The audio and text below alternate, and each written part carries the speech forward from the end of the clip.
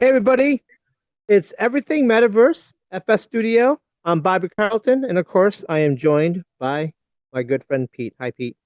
Hey, how's it going? I'm doing well, man. Let's jump right into this, Pete. We briefly touched about this right in the beginning before we're recording about NVIDIA has this idea of like they want to shrink VR headsets. So that when you put on a VR headset, they're kind of big and bulky because there needs to be a specific space between the lens and the computer that's running and these other technologies involved in the headset. And so NVIDIA thinks that using holograms can actually shrink the size of their headset. As a matter of fact, not only do they think of it, but they've actually created a VR headset that uses holograms and it ends up looking like a very thin looking headset. Of course, it's a prototype. It looks super weird. An advancement in VR, but I'm not sure where NVIDIA is going. And of course, this past week, we also saw Google's initiative. And this is where I kind of want to bring into your expertise here. Google is really excited about having a world scale augmented reality experience. One term you brought up during our conversation, I think it was called point cloud, right? Or cloud point. What was the term you brought up? Point cloud, yeah. Point cloud. So how does that work? Like how does that apply to virtual or augmented reality and what does that really mean? There's different ways to capture 3D. It's called capture. So we want to capture this environment, turn it Hmm. into a 3D model that the headsets can render as 3D object, or maybe a CAD program. You can import it into a CAD program. And it's actually a big deal, a lot of industry and a lot of money looking at how do we capture all these 3D spaces because, if we want to have the Internet of Things kind of hooked up to our virtual world, then we need to have the geometry of all those spaces somehow imported in so that we can see it. More than just being able to see it, we also maybe want to have a collision model. So just because we can see something doesn't necessarily mean, like, I mentioned that in alt space we have this basketball that uses simulated physics. Right. So we need to also create not just a visual representation, but a physical representation for some use cases or for some purposes. Point cloud, it's generated by usually by special machinery, and you may have seen these Hmm. with forensics cases, for example. I remember there was a big story in Time magazine or something talking about how crime scene investigators would bring this device that kind of looks like a surveyor's laser level.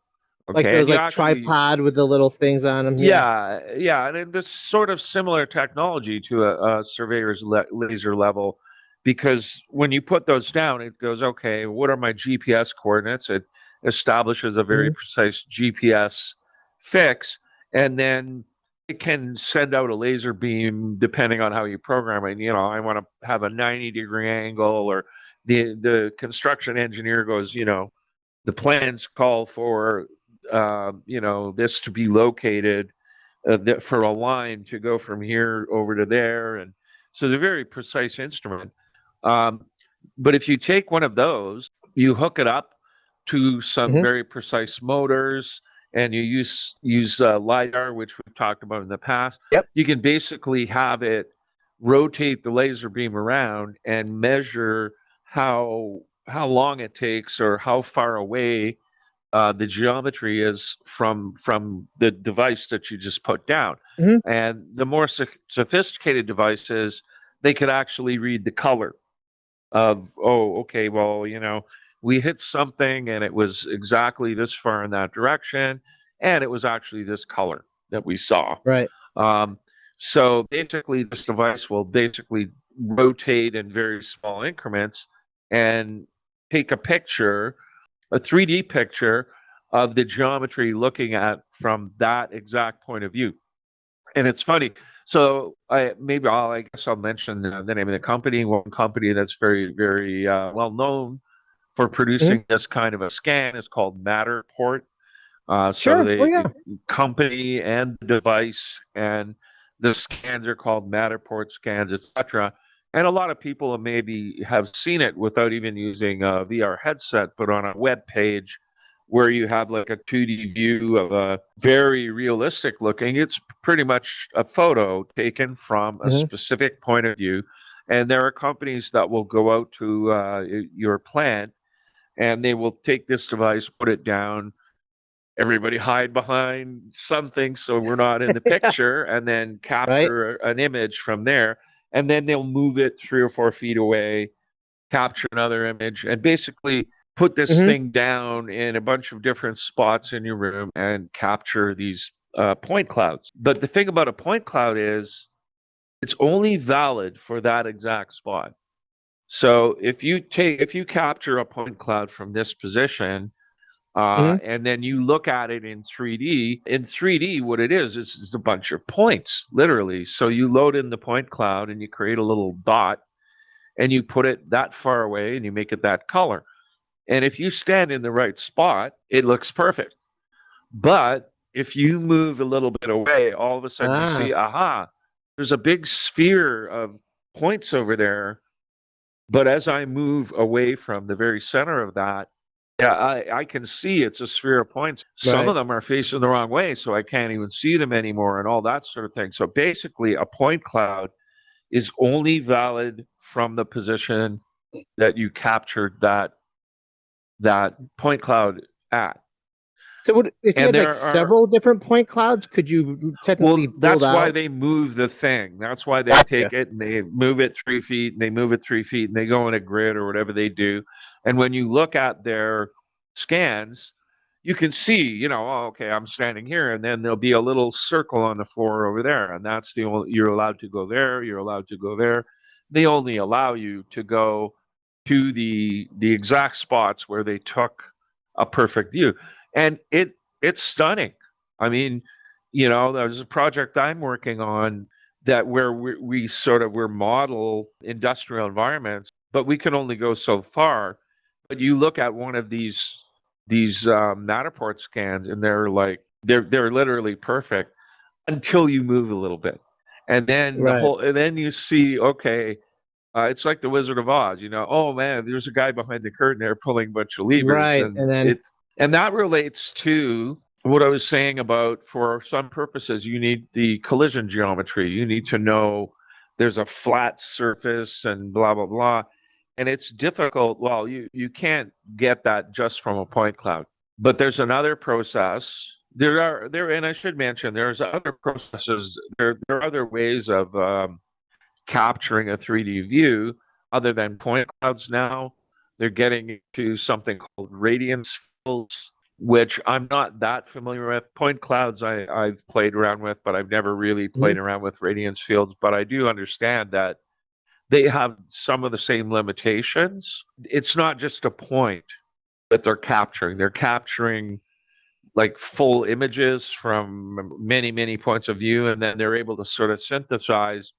If you were standing here, you would see this looking that way and that looking this way, and you would see all these different things looking in different directions. They're able to sort of synthesize all of mhm, these static images into another kind of concept of a sphere. And if you were at this point, you would see there.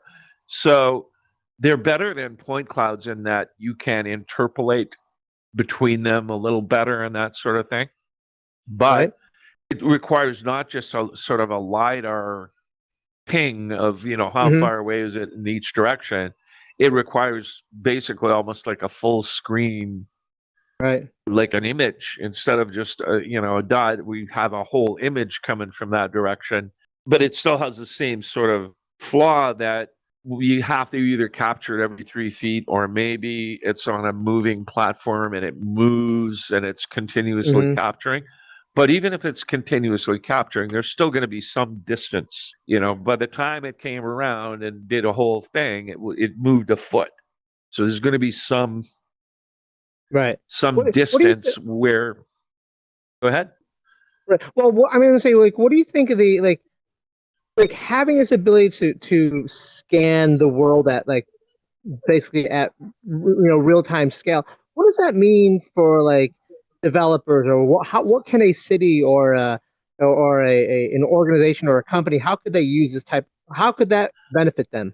the best answer is nobody can know. Like the best surprises are going to be like, oh my God, you know what? Now that we have this, we can do that. But it's the same sort of question as when webcams and being able Hmm. to review a webcam over the web came out. How did that affect the world? Well, True. I'm not going to be putting a webcam in my shower. You know what I mean? Right. So it's like the questions are You're social, not. cultural. Well, no, but I mean, some people may want to put that. Some people may want to Yeah. do that, and that's valid. It's all sort of, we have this new technology. We need to Hmm. learn how it works and understand it, and that's sort of why I'm sort of stressing this collision model thing, because the next thing I would say talk about is photogrammetry. So photogrammetry is where you have a whole bunch of pictures and you Right. analyze them, and then you actually try and create a model of the world that does And have the collision and I think that I've sort of seen stuff. that in like with like people using drones, like taking a photo of like several different shots of like a mountainside, and then they take all those photos and put them together. And is that sort of the same thing? Oh yeah, that absolutely. That's photogrammetry. Or and drones are a perfect example because we have drones now and you can program them to fly an exact specific course based on GPS coordinates and the whole nine yards. So basically, it's a camera platform that inherently knows exactly Hmm. where it took each photo. It has IMUs in it, like I've been talking Yeah. about before. So even if the wind is blowing it around a little bit, it can still take a picture and go, yeah, I was pretty much here, but the wind blew me around and my angle was a little off, but it can still tell you exactly what the angle Exactly. was. So now it can't quite do, a drone doesn't have the computer horsepower to do photogrammetry in real time. I mean, the kind of drone I can buy doesn't. The kind of drones the Pentagon has, yeah, But they're doing real time. and not just drones, right? I mean, because you've seen like those shows like where they send these like little mini submarines. They'll look at like shipwrecks and they take photos. Yeah, And so it's absolutely, not just for drones. sure. It could be these. Yeah, there's a lot of different technologies using this type of approach. Well, There are even advantages, yeah, I'm going obviously, to and disadvantages. backtrack on the drone because even the drone, they have features like follow me, look for me Hmm. to do a gesture to tell you something, That's right. um, and You they can do also this, and it have takes a collision picture. avoidance. They have Yeah. collision avoidance. So, I have to set my drone to go slower. I've got a little button that says you go fast, but then you don't Yes. get the collision avoidance. But if it's going slow enough, it'll basically go, hey man, there's something, I'm about to Hmm. crash into something and I'm not going to go there. So that is real-time photogrammetry. I mean, that's partly how the drones hold station. They have Hmm. multiple systems. So they have the GPS telling them roughly where they're at. Then they have the Right. IMU telling them the little individual deviations caused by the wind and that kind of thing. But they also have a downward facing camera that is taking a picture of what's directly below them. And they Right. can tell that they've moved because that image is moving. So there's just basically a lot of different systems built into that. So what's going to happen with these real-time systems is they'll get incorporated as probably a very fast, this is a really fast stream of information coming in, but then some other process will analyze it and produce a Right. secondary but a slower stream of information. Like, we think Well, there are surfaces here, we think this is where the road is and this is where the road goes and blah blah blah and yeah. that sort of thing. Let, But let there me ask you there's this. Go ahead. different audiences for that data. If you just want to go and look at it, Hmm. then it's perfectly good on its own. If you want to act on it like a self-driving car avoiding Yep. collisions, it's a completely different ballgame. Different. Right. Well, let me ask you this. So where do you think, how far are we from like NASA sending a rover to Mars and then taking, scans, using photograph and then in real time rebuilding a virtual reality version here on Earth, like in real time? Like, how far do you think we are from that? Like, or is it Well, here you're now? never gonna get. It's never gonna be real time because it's I think what? How many minutes does the signal take to go to Mars? You Yeah, know that's what I mean? true. Yeah. So you're really gonna be replaying what Hmm. it did, and we're there already. I mean, we can already do that with the other. Yeah. We get a Like stream of data from them telling us what they did, and we can easily go and write a 3D and simulation that it all. I mean, rebuild that's it. what you're seeing. They actually did the 3D simulation first. They said we want to go to Mars, That's true. and they did the 3D simulation. And before they tell the rover to go somewhere, I'm pretty sure they've got a 3D app, and they're going, They. yeah, Yep. it's probably going to get there, and it's not. It's going to be able to get over that rock we're worried about, and So, whatever.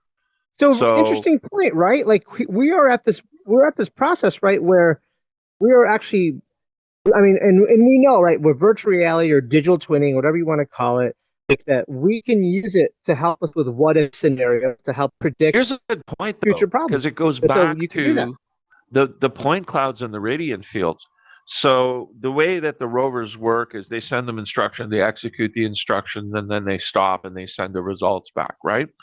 So Hmm. now that we have these point clouds and radiance fields, what could happen is the rover goes somewhere and then goes, I'm going to capture a point cloud, Yeah. send that back, Your point cloud and sound. now in your VR headset, now you've got a perfect view of all around, and you don't have to go, oh, turn a bit to the right and show me what's there. Oh, You. look Yeah. over this way and show me. So basically, it can capture either one of these new radiance fields or a point cloud Hmm. or whatever, send that back, and now you can look around at your leisure and go, oh, it's that. Oh, so you kind of get in the real time Yeah. So I experience mean, of looking at where you right, want. and obviously we're talking about the technology for, in this case, space exploration, right? But how do you see this being applied to enterprise solutions? How do you see this being applied to, to transportation? Like, how do you envision that? Well, training, I mean, Yep. it basically goes right across the whole spectrum of it's going to affect everything as it becomes more and more common and more ubiquitous. Look how 2D animations, okay? We didn't when I was a teenager, when I was in college, we dreamed of a day when we would have these visualizations, computer Yeah. 3D visualization. And we watched on TV and we saw, ooh, they spent $50,000 and they made this really cool computer special effect. And now, like, a kid in grade Yeah. 6 can go get a free app and go make a 3D Oh animated yeah. blah, blah, blah, and have a 2D version of that on a screen or put it on a web page or whatever. So, the technology is already there and it's affected everything. Literally, you take a computer course, you watch a commercial, TV shows, all of our media is full of these images that came from the Sure. 3D world. So really, VR and AR are both methods of delivering content. That's really what they are. There's some really good True. apps for VR headset where you go in there and it's a social, like you and I and Alan, we're all here in this Alt Space VR. What We're if all we had here. a big screen TV over there? All of Oh a my sudden God. we're at a theater watching movies, and there's a bunch of different apps that do Oh, so that. yeah, yeah. Big screen is what. Big screen's a great app to watch movies in virtual reality with Yeah. people, and yeah, there's and I don't know if Netflix is a social one, but big screen is, at least I know. But But there, that, yeah, so that's how has VR, and that's sort of, some of the big pundits in the VR space and the XR mhm, space. They're sort of, that's what they're saying is AR is going to come not as a way to play games. It's going to come as, oh my God, right, I have a huge desk now, and I've right, actually done quite a bit of work on a VR environment where it's like a cubicle or a desktop, and it's a productivity place. We're not quite there with the resolution of the headsets, but the next generation of hmm, headsets, we should be in a position where you can have as many computer monitors. So you basically will put on a headset, and you can have as many computer monitors as you want Right. Yes, that's which true. if we can get the keyboards working, like we've talked Hmm. about, We talked about in if the I past. Yeah. can, if my keyboard is just all of a sudden in VR, my keyboard goes, here I am. And I go, oh, wow. When I reach out with my hands and it's right where it's supposed to be, that's Right. 90% of the way toward me being able to actually program in VR with as many screens as I want, because that's the whole. Right. I mean, if And it's you could even it's have no good if it's developers. just the same as Right. it is in real life. It has to be better Well, in it's real funny. I life met to. I actually met with the president of Resolution Games a couple of weeks ago, and we had a conversation in Altspace VR.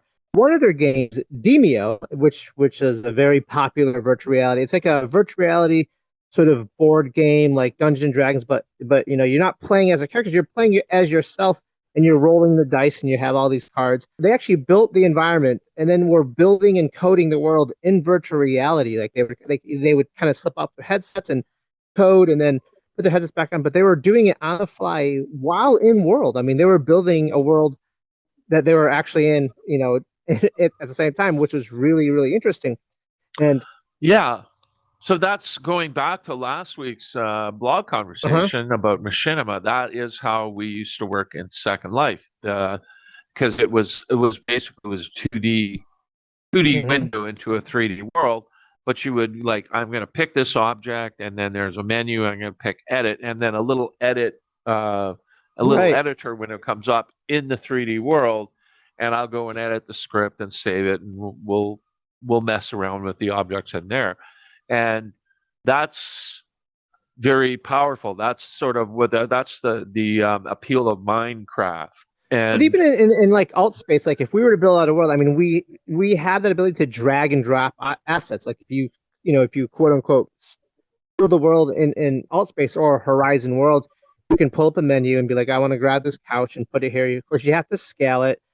Then there was a game. There was not a game. I don't say game. The platform Neos. I don't know if you ever jumped in Neos, but Neos allowed you to pull up a window, much like I think it was you said Second Life, where you can code and you can actually alter things like in world while so it was interesting.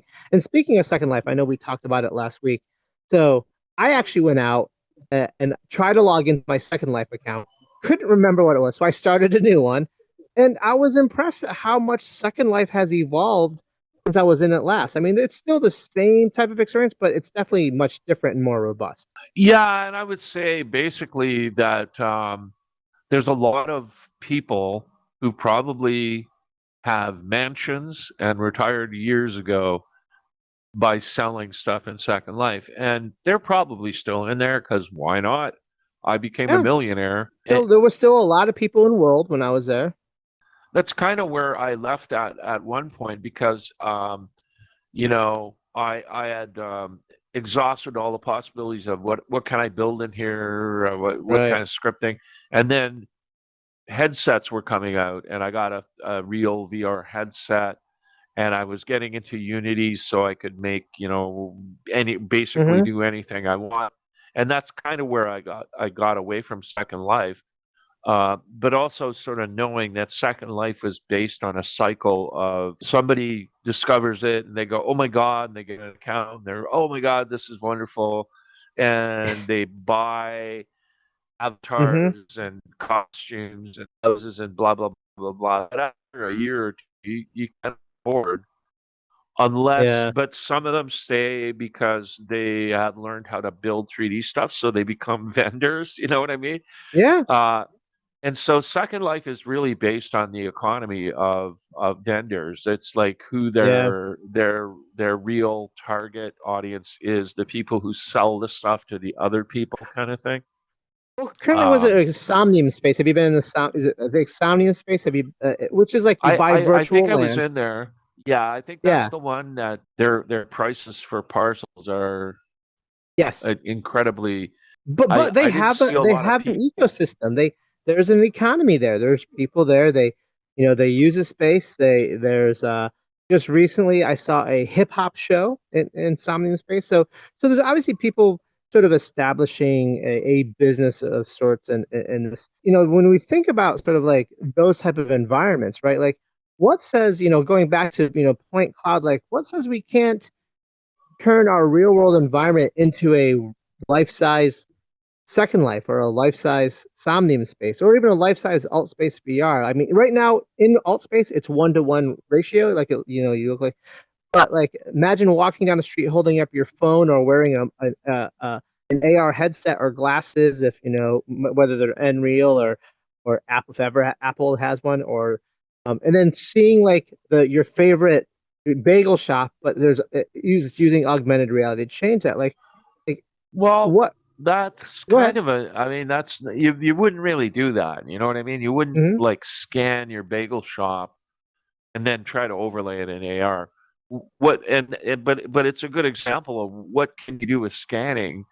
So a quick scan or a scan gives you the info to figure out Yeah, what kind of content to put there, that sort of thing. But if you're, especially if you're wearing augmented reality glasses, you're not trying to duplicate the yeah. geometry that's there. You're doing something that we call SLAM, which is I What is think I've Slam? Now talked I know about what before. Slam is, but what make our So audience might know. What is Slam? so it's simultaneous localization and mapping. And the mapping part is you have cameras, they're doing photogrammetry like we were talking about earlier, Hmm. but it's quick and dirty on mobile processors. So they're looking at the environment and they're going, yeah, there's a floor here and a wall there, but bugger off. That rest of the stuff, I have no idea what it is. You know what I mean? But I'm Right. pretty sure there's a floor there, and I'm pretty sure there's a wall there. So they're doing this, 30 times a second. Let's say they're doing this constantly, Hmm. and then so that's the mapping part. And then the simultaneous part is they're also doing localization, which is saying within this 3D world that we've created here, Hmm. where there's a floor and a wall, and that this is where the user is right now, and this is exactly which way they're looking, and that Right. kind of thing. So that's the localization, and then the mapping is the creating the 3D world, and the creating the 3D world part happens iteratively, so that when you first start up the app, it doesn't know anything. But and I'm looking in this direction, so the first thing it's going to do probably is go, well, it looks where surfaces meet, so it's probably going to go, well, I can tell that there's over there's a floor meeting a wall, because it's basically going, hey, look, a 90-degree angle, that's man-made. Like it's using all Right. kinds of tricks like that to go, look, there's a 90-degree angle. That means there's probably a wall going up, because gee, Hmm. gravity is pointing that way. And IMUs, one of the cool things about IMUs, they're accelerometers, and we know just sitting around, acceleration due to gravity is always 9.8 meters a second downward, right? Hmm. So a phone, even if you're not moving it, a phone knows which way is up. So does your headset. So that's why, you're looking around and you're taking all these photos and you're analyzing the surfaces, and you go, well, that's got to be a wall because it's going up and down. This must be a floor because it's perpendicular to gravity, blah, blah, blah, blah, blah. And it refines this 3D model of the room you're in, so that you can do things like, I'm going to point at the floor over there and put a robot there.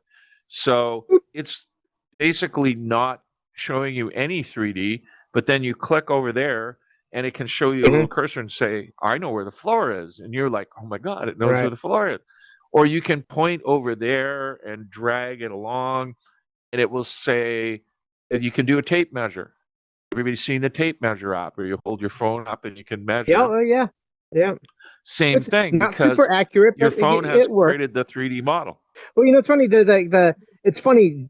This past couple weeks, there's an app that I've been using called Polycam, which it's like it uses your phone and you can create 3D out. You can scan objects, real world, and create 3D models of them, and then you can actually publish them. I have like you start an account and you can publish your objects up there, and so that's really interesting to me. Like the ability that we can instantly capture something, a real world object, and bring it into a virtual environment on the fly with ease. And that's sort of like the tools we have now. And it kind of like the idea, like, you'd mentioned, like, when we all someday we will have AR glasses maybe or at work, and that can kind of we wanted to put like a, something right there and then. What do you think the advantages of that will be? I mean, do you think that it'll be like a mass adoption where there's always going to be an advantage? I mean, this is still your opinion, by the way. Like, but what do you think the advantages of something like that would be? Well, the advantages for quick and dirty capture of an object. I mean, Yeah. and again, is that useful? Well, in a social VR for you to bring in, this is some pottery. My grandmother hand through this Yeah. pottery. That's cool. That's a perfect application. But to go out with, and maybe another application is to bring up your phone and you go, shit, my car not working. You open the hood. Maybe you can scan your engine and have it try and find some problem, or send that data to a technician to help you. For doing an accurate model, you're never gonna. Well, I'm probably wrong, but I mean, to and here's how far you can probably push this. If Okay. you have a 3D, you have something and it got broken somehow, and there's a piece of it is carved out or something. You know what I'm saying? Uh-huh. This would be useful if you take your phone and scan that object and then edit that Oh yeah. 3D object to fill in the missing piece, or even edit the 3D object and say, create an object that is the missing piece, and then go 3D print it to repair it or something like that. That So, that'd be very cool. I wish I had that. yeah, in a machine shop or in a car repair shop where they might, like your car is 15 years old, we can't get that part anymore. We need to create a replacement So for that part. you're looking at it from not from the idea of scanning a physical object, but you're looking at it from scanning an empty space or like the idea of like I said, if something's broken, being able to scan the negative space, if you want to call that, versus the positive space, and being like, oh, that's the part I need to. Yeah, I mean, it's not necessarily the best example because you can only do that in some cases. But True. I'm trying to fuse the idea of Yeah, I get being you. able to quickly scan an object and bring it into a CAD application, even if you're using it as a reference for, I Hmm. don't know what the missing piece is, but the human can figure it out. But But now you have a reference of that 3D model. So you right, bring that into CAD app, and now you can measure it. You're not sitting there with a set of calipers and trying to go, right, well, it appears to be 8.2 inches tall and blah blah blah. If you can scan it with your phone and bring right. it into a CAD app, then there you go. There's your reference. It's like with Photoshop or something. It's like taking a photo of it and bringing it in as Photoshop as a backdrop so that you can kind of trace around it and work with it as a reference. So that's where I see that being really useful. But another case might just be you've got one of something and you want to have five of them, and they don't have Yeah, to be functional, but just I'm going to take that and now I'm going to go 3D print five of them. I mean, 3D printing is amazing. Like I am one of those. I obsessively watch 3D printing on TikTok. Like I will go on TikTok or on YouTube Do and do you find. have a 3D printer?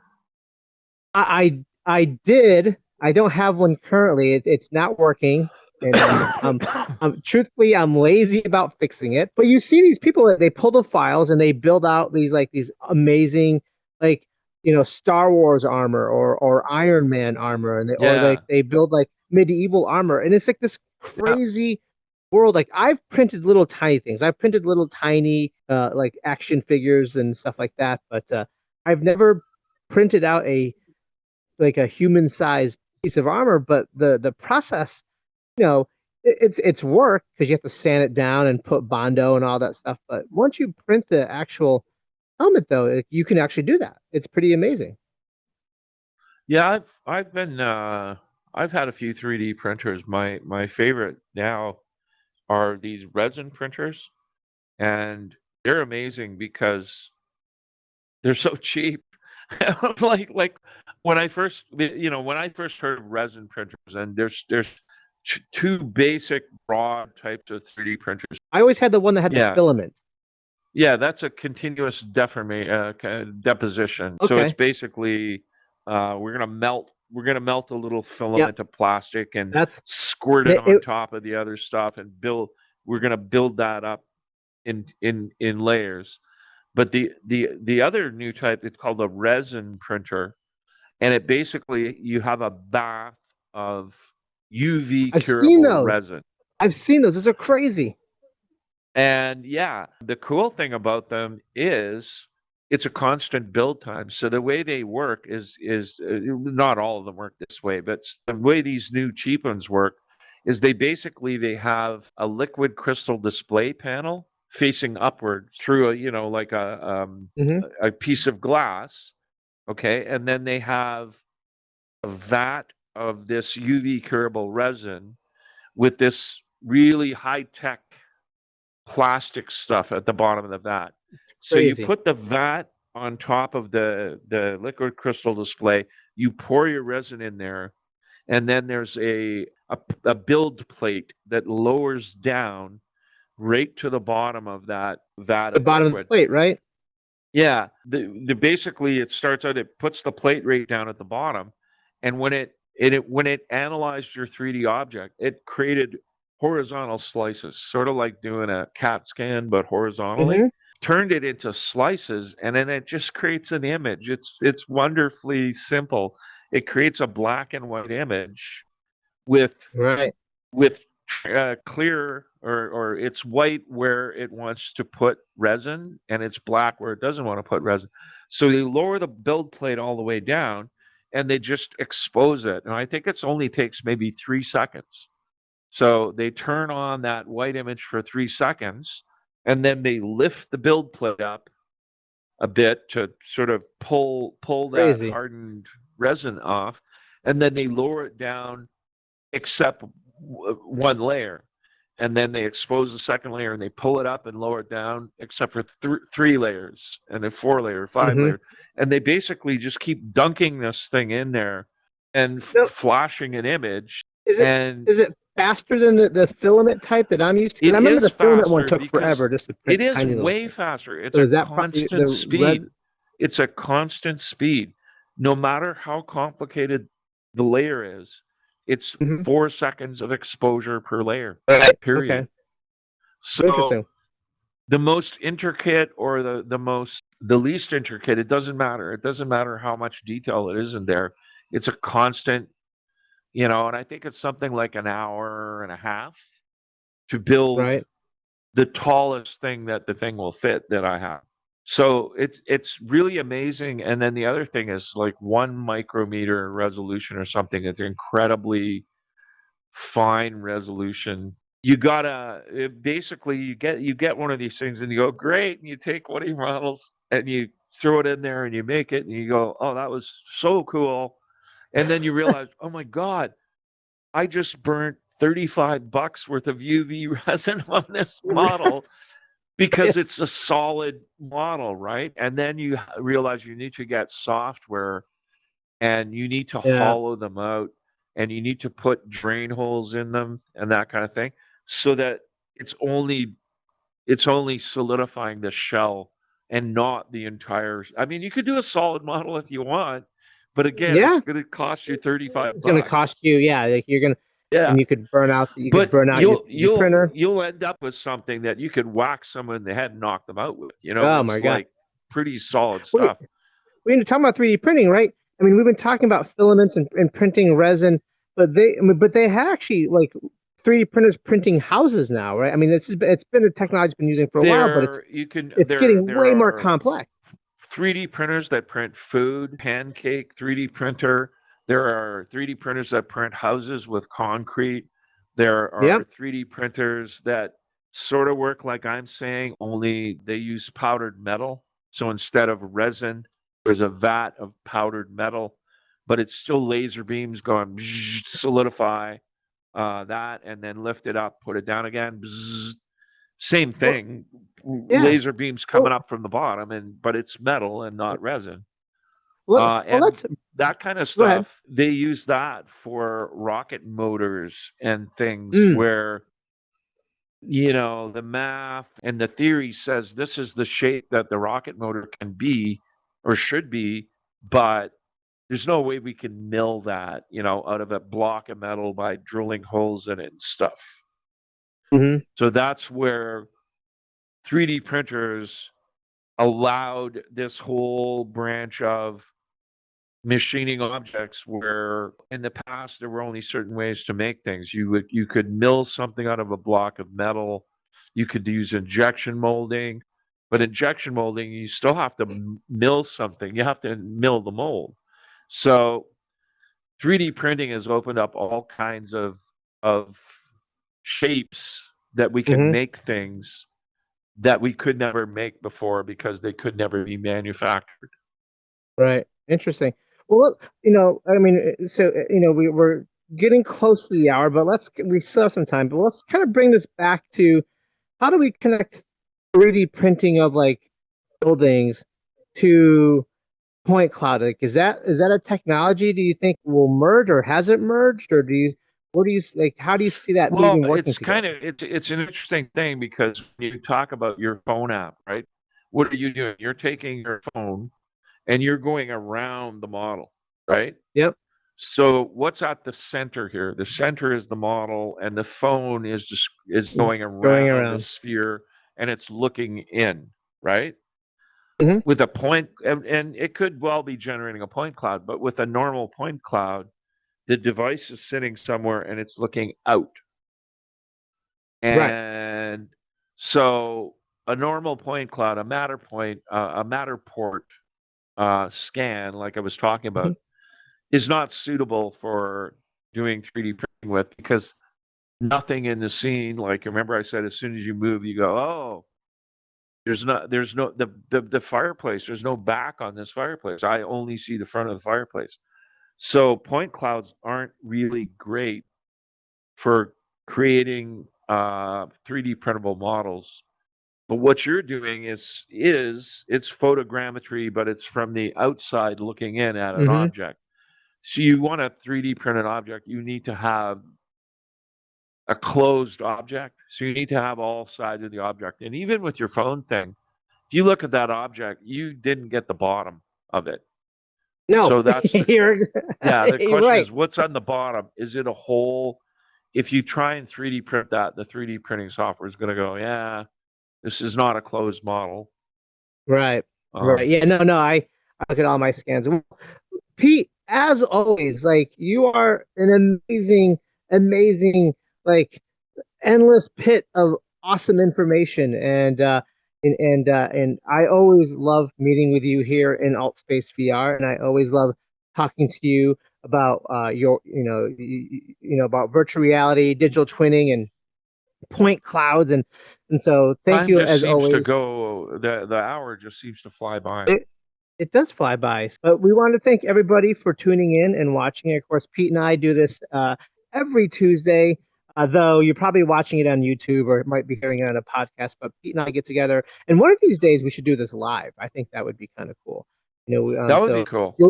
you'll need an alt space account, or if maybe we do it like maybe if we do it in Second Life, or maybe we could do it in Verbella. There's a bunch of other platforms out there, but yeah, thank you as always. FS Studio. We appreciate you joining us, and you can find us at fsstudio.com. And of course, Pete, thank you, and again, thanks everybody.